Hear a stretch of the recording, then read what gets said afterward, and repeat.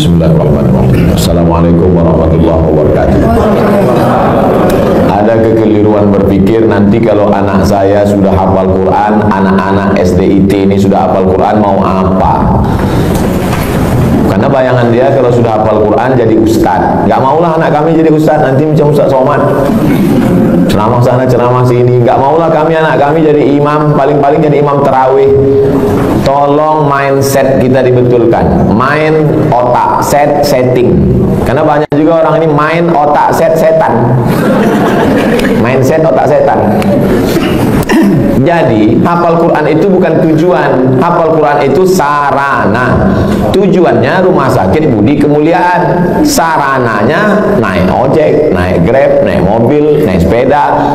Ini ngapal Quran ini sarananya, tujuannya supaya dia menjadi hamba Allah, jangan jadi hamba harta, hamba kuasa, hamba wanita. Kalau sudah dia hafal Quran SDIT, habis itu kita tidak paksa dia mau jadi apa, terserah. Anak saya tak saya paksa jadi ustaz, terserah mau jadi apa dia, bakat dia kemana. Jadi kalau nampak dari kecil udah megang-megang jarum suntik, memang ke fakultas kedokteran lah itu. Dua kemungkinan, kalau tidak pecandu narkoba. Nauzubillah. Jadi pendidikan Islam pertama dimasukkan ke kepalanya itu Quran, habis itu hadis Nabi, habis itu barulah akhlakul karimah. Itu mesti dibetulkan. Jangan nanti berpikir nanti habis ini hafal Quran jadi apa? Ya tetap jadi profesi dia. Kalau dia jadi pengacara, dia jadi pengacara yang hafal Quran. Kalau dia jadi tentara, dia jadi tentara penghafal Quran. Kalau jadi polisi, dia jadi polisi penghafal Quran. Betul kepalanya. Tak dimakannya, tak dizoliminya orang lain. Itu tujuannya. Insya Allah 10-20 tahun akan datang, generasi kita adalah generasi yang Qurani.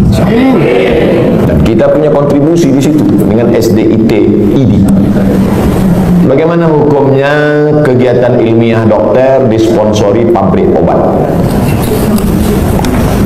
Pabrik obat menyediakan duit 100 juta, dibuat acara ilmiah, seminar, lokakarya segala macam, atau acara agama yang menyelenggarakan dokter. Di mana letak haramnya? Mungkin akan terjadi kolusi, nepotisme, kecurangan, penilaian tidak lagi normal, dikhawatirkan terjerumus dalam gratifikasi. Makanya suatu ketika sahabat Nabi mengutip zakat dari Yaman. Ketika barang-barang zakat dibawa, kambing, onta, lembu, ini kambing untuk zakat, ini kambing saya. Kata Nabi, kok ada kambing zakat, ada kambing saya?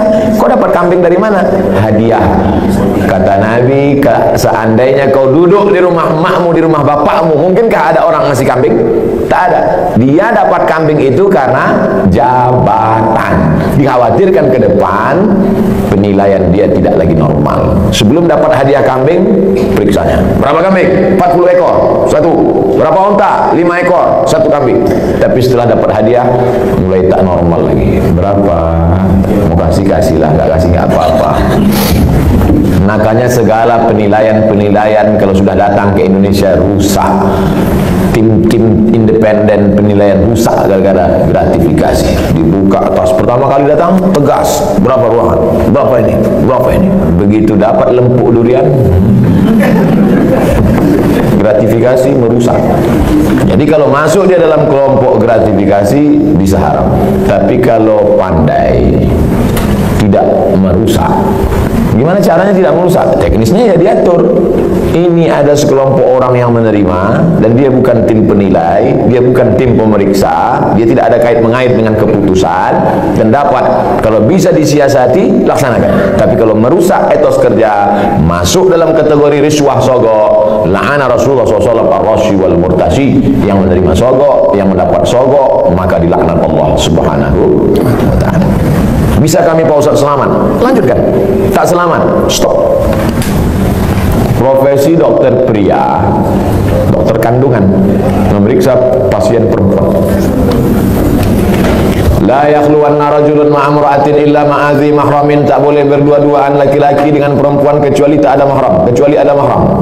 Tak boleh.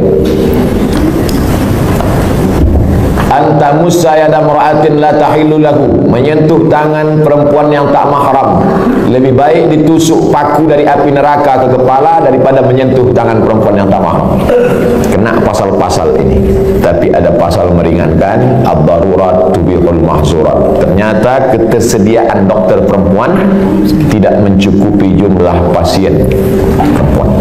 Itulah maka tadi saya sebutkan, kalau diterima nanti 20 anak tahfiz Quran SDIT, nanti mesti ada 7, 5, 10 yang perempuan, supaya mereka nanti akan menjadi dokter spesialis kandungan di UII nanti. Amin.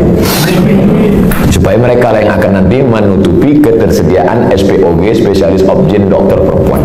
Karena kalau tidak, khawatir kita akan terjerumus. Tapi bapak-bapak yang spesialis kandungan, karena sekarang tidak terpenuhi, masuk kategori darurat. Saya sampai sekarang belum tahu survei berapa untuk kota provinsi. Terlalu besar mungkin untuk Indonesia, provinsi Kepulauan Riau, kota Batam saja. Berapa dokter SPOG perempuan, berapa yang laki-laki, berapa yang hamil perempuan, memanglah perempuan itu hamil. Berapa hitungannya? Kalau satu dokter itu berapa? Kalau masih dalam kategori darurat, tapi kalau hanya untuk tidak darurat. Ustaz dulu anak Ustaz Mizian Hazik Abdullah, dokternya laki-laki atau perempuan? Perempuan. Dokter Sri di depan UIN Suska Riau, dia belajar dokter perempuan. Tapi andai tak lagi ada dokter perempuan, hanya tinggal dokter laki-laki, pilihannya antara dua. Kalau tidak ditangani dokter laki-laki, mati. Maka tak boleh pilih mati. Assalamualaikum Bapak, ya istri Bapak sedang hamil tua, kami tidak ada lagi dokter perempuan, yang ada dua, mati atau dokter laki-laki, biar aja mati. Tak boleh. Haram hukumnya memilih mati. La tulqu bi aidikum ila tahlukah. Tak boleh menjerumuskan diri sendiri kepada kematian. Pilihlah dokter laki-laki dengan alasan darurat.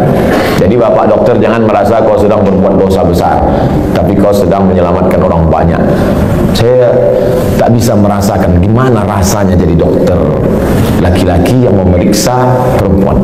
Apakah tak ada lagi nafsunya, atau dia macam menengok daging sapi saja? Itu tak bisa kita rasakan, karena semua kata-kata yang bercerita tentang rasa pasti berdusta. Kata tak dapat menceritakan rasa. Tak bisa. Oleh sebab itu, kalau ada terlintas di hati bapak macam-macam sambil memeriksa itu, banyak-banyaklah istighfar. Astaghfirullah. Banyak minta ampun, sholat sunat supaya hati terjaga.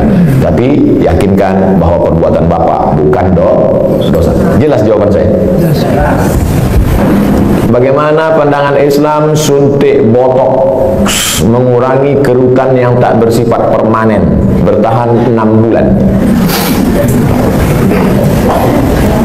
Tak boleh mencabut uban, karena uban itu nanti di akhirat akan menjadi cahaya. Lama saya berpikir, uban kok cahaya? Kenapa uban tak boleh dicabut jadi cahaya? Baca hadis, jangan baca hadisnya, baca syarah penjelasannya. Rupanya dengan melihat uban di cermin, ingat tua, ingat mati, bertambah takut, bertambah amal. Makanya dengan bertambah takut, bertambah amal, maka akan menjadi cahaya. Itu rupanya korelasi uban dengan cahaya. Apa hubungannya dengan kerut? Kerut sama uban juga sama, mengingatkan bahwa kita sudah tua. Saya dulu waktu muda tak ada nih. Saya tengok foto-foto saya yang lama waktu di Mesir, ganteng juga. Saya sudah tua. Tapi dengan tua ini kita sadar bahwa sudah tua, bahwa kita ini akan mati. La'ana Rasulullah SAW al-wasimat. La'anallahu al-wasimat. Hadisnya riwayat Abdullah bin Mas'ud. La'anallahu al-wasimat. Allah melaknat perempuan tukang buat tatu. Wal mutasimat, minta buatkan tatu. Wal mutanammisat. Apa ini? Alis. Mencabut alis, mencukur alis. Wal mutafallijat, gigi. Karena orang kalau sudah bertambah tua, bertambah giginya.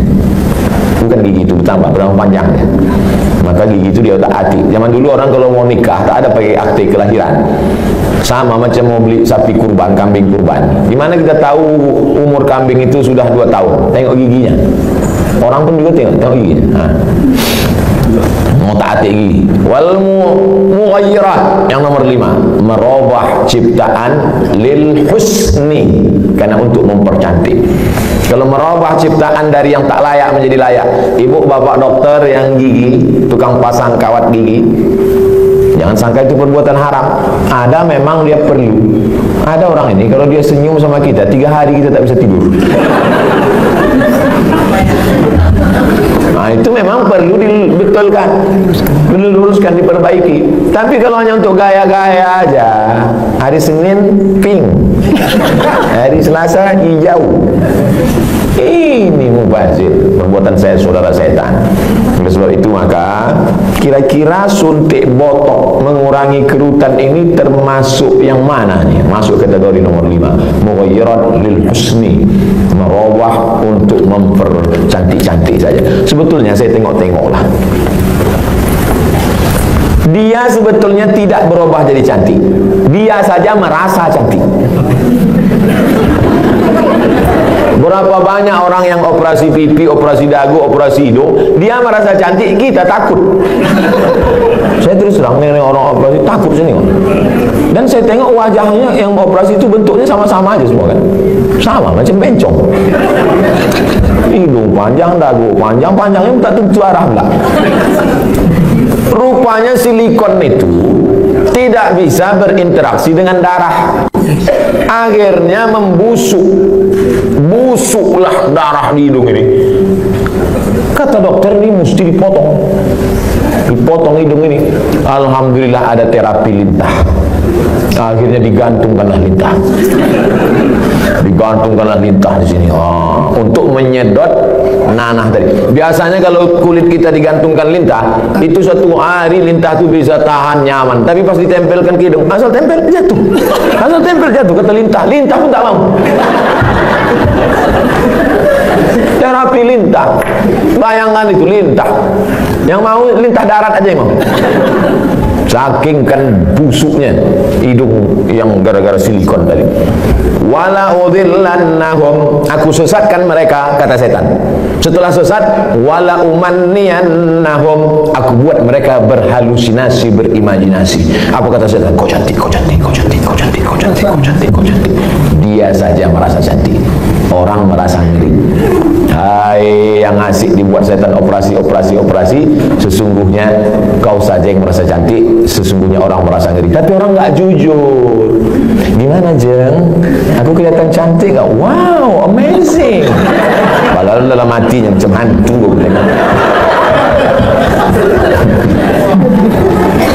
Baru dijawab, udah datang pertanyaan. Suntik filler untuk memancungkan hidung dan melancipkan dagu yang bersifat tak permanen 6 bulan. Tak permanen kata engkau. Siapa yakin malaikat maut tak datang dalam 6 bulan? Begitu lancip, cip, mati.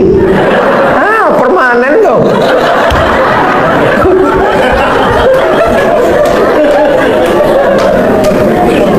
Kau cantik bukan karena dagu kau lancip. Kau cantik bukan karena hidung kau panjang. Kau cantik karena bekas air wudhu. Kau cantik karena habis baca Quran. Kau cantik. Yang mengatakan cantik tak cantik itu kan hati. Betul? Bapak-bapak ganteng, ganteng, bininya tidaklah jelek, tapi rasanya taklah sepadan berjalan. Pas ditanya orang, Pak, siapa perempuan paling cantik? Itulah yang paling cantik gitu deh. Entah dia jujur, entah takut, Allah Allah. Karena antara jujur dan takutnya beda-beda tipis. Tapi yang jelas kata dia, cantik itu membuat cinta atau cinta itu membuat cantik?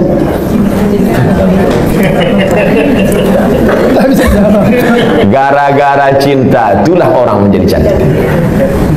Karena kalau cantik itu relatif. Gara-gara cinta itulah orang menjadi cantik. Dan cinta itu letaknya di hati.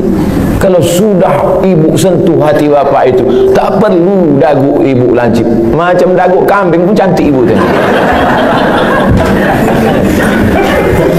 Kalau dipeturutkan ini, makin tua makin berkerut, tambah lagi. Makin tua makin turun. Dia bertahan paling cuma 2 bulan, 6 bulan tahan. Habis itu hidung turun, dagu turun. Tinggal mencari sapu lidi aja lagi. Nenek sihir.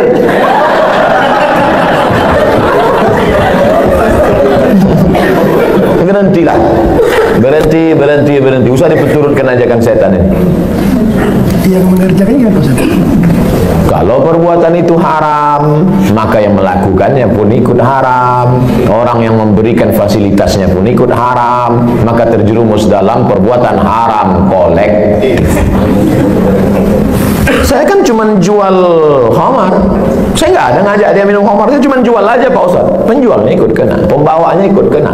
Khamar itu 6 ikut kena. Penjualnya, pembelinya, yang menuangkannya ikut semua. Supirnya ikut kena, security-nya ikut kena.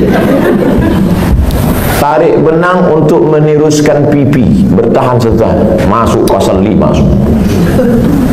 Jadi Islam itu unik hebatnya, dia tidak menyebutkan 1, 2, 3, tapi menyebutkan secara umum dan terkait. Mukjizat ini Nabi disebut punya jawami'ul kalim, kalimatnya singkat tapi makna pada sampai hari ini bermakna. Apapun namanya, yang merubah ciptaan Allah bukan karena darurat, bukan karena tak layak. Merubah yang tak normal menjadi normal boleh. Yang sudah normal dia taati menjadi abnormal. Alhamdulillah. Bapak mesti siap menerima bunga yang layu, karena tabiat bunga pasti layu, kecuali bunga plastik. Nah, itulah maka sekarang banyak perempuan yang mau jadi plastik. Dokter anak, sunat perempuan bagaimana hukumnya Pak Ustaz? Keponakan anak saya laki-laki, keponakan saya perempuan.